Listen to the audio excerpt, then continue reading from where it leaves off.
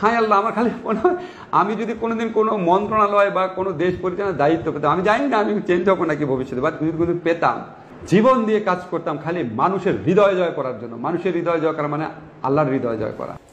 আসসালামু আলাইকুম। 2021 সালে আসিফ নজরুলের পোস্ট 2024 সালে এসে ভুলে গিয়েছেন। একদিন আগে জানিয়ে দিয়েছেন মিডিয়ার হত্যাকাণ্ড নিয়ে কোনো কমিশন হচ্ছে না। 2 দিন আগে আমার সব শেষ ইউটিউবের যে ভিডিও সেখানে বলেছিলাম এবং চ্যালেঞ্জ দিয়ে বলেছিলাম যে মিডিয়ার হত্যাকাণ্ড নিয়ে কোনো কমিশন হচ্ছে না। আমি আগে জানলাম কিভাবে? যারা জানিয়েছে তারাই জানিয়েছে যে সামনে অবস্থা খুব ভয়াবহ। বিএনপি জামায়াত সহ অনেক লোকজন আছেন, তাদের কিছু কিছু লোকজন মুখ পুষা ফেলেন যে ইলিয়াস ভাই হলো গিয়ে আমাদের শত্রু, ইলিয়াস ভাই মনে হয় নতুন কিছু বোধহয় চায়। আমরা নতুন কিছু চাই না, আমরা এই দেশে নির্বাচিত সরকারই চাই। কিন্তু এই সরকারের কাছে আমাদের কিছু চাওয়া ছিল, সেই চাওয়াগুলো পূরণ যে হবে না সেটা কবে জানলাম? বিডিআর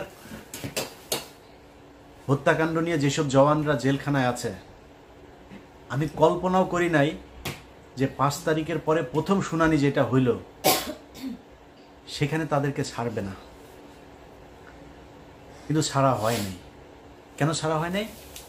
এটা আমাকে প্রচণ্ড রকমের অবাক করেছে। তারপর থেকে কিন্তু আমি এই আসিফ নজরুলদের আপনার করা শুরু করেছে। কারণ কি, খবর তো আছে যে বিডিআরের এই যে জওয়ান, এই বিডিআর জওয়ানদেরকে তারা ছাড়বে না।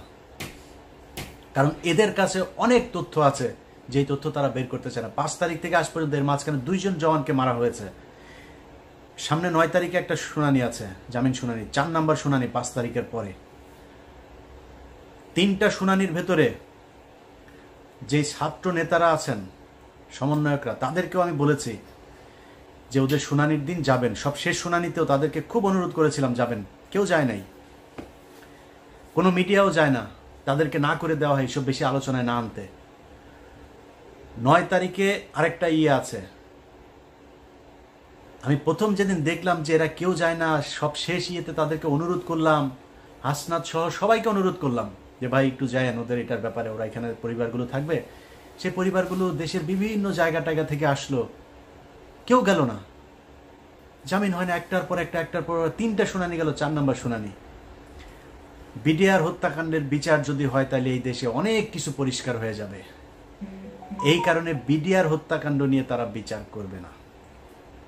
আপনাদের মনে আছে বিএনপির পিন্টু ভাইকে জেলখানায় স্বাভাবিক মৃত্যু হয় নাই, তাকে মেরে ফেলা হয়েছে। কারণ পিন্টু ভাইকে যদি বাঁচিয়ে রাখতো তাহলে পিলখানা হত্যাকাণ্ড নিয়ে অনেক ঘটনা বের হয়ে যেত, এই কারণে তাকে মারা হয়েছে।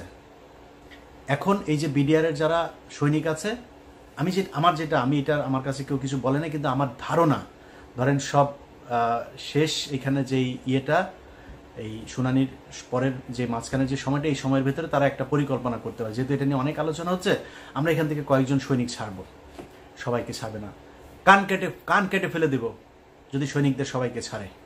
আরেকটা চ্যালেঞ্জ নিলাম, যান, ভিডিও রেখে দিলাম, তো ভিডিওটা রেখে দেন।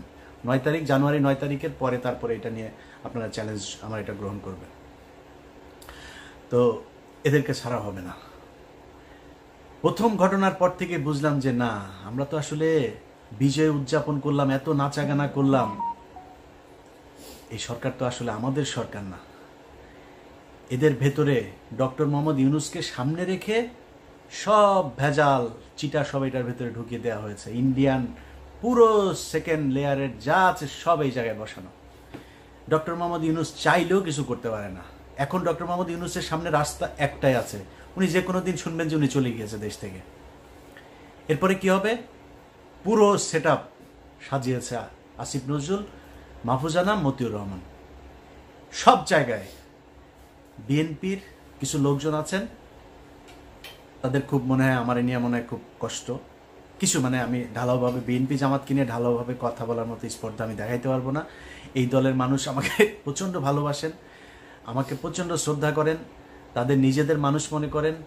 তারা ধান খেতে ঘুমিয়েছেন, তাদের অনেক মানুষ হত্যার শিকার হয়েছে,